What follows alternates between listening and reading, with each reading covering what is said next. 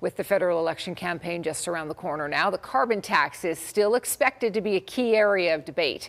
The Prime Minister started the process to kill the consumer pricing, but the Conservatives want to get rid of the industrial tax too. But some say it's a pledge that isn't needed and one that could hurt Canada's competitiveness on a global scale. Jordan Canagan explains.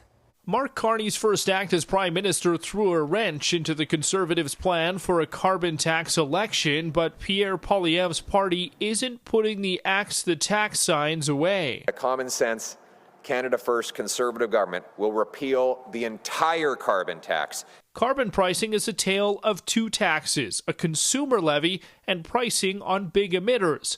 Carney signed a directive to have the tax on fuel and natural gas removed on April 1st.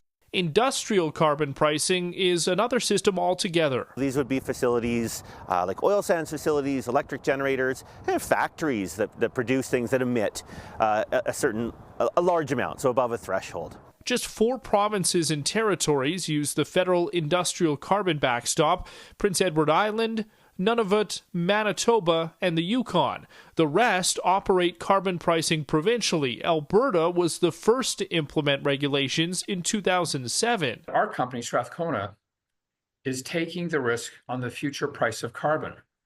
Now, the reason we took the risk of the future price of carbon is because we think sequestered carbon is a community good. Getting rid of the federal policy wouldn't necessarily get rid of the industrial carbon tax altogether, and economists say doing so would have little impact on the average consumer. That's why it's a well-designed policy, doesn't have large pass-through to consumers.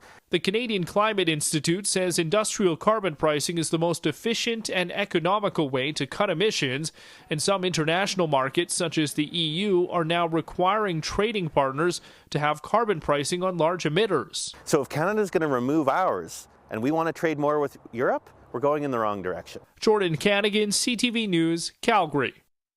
A statement from Canada's Energy Minister calls the Conservatives' pledge to scrap the industrial carbon tax a bad policy for both the environment and the economy. Alberta Premier Daniel Smith wants Ottawa to let the provinces handle the industrial carbon tax instead of having the federal backstop.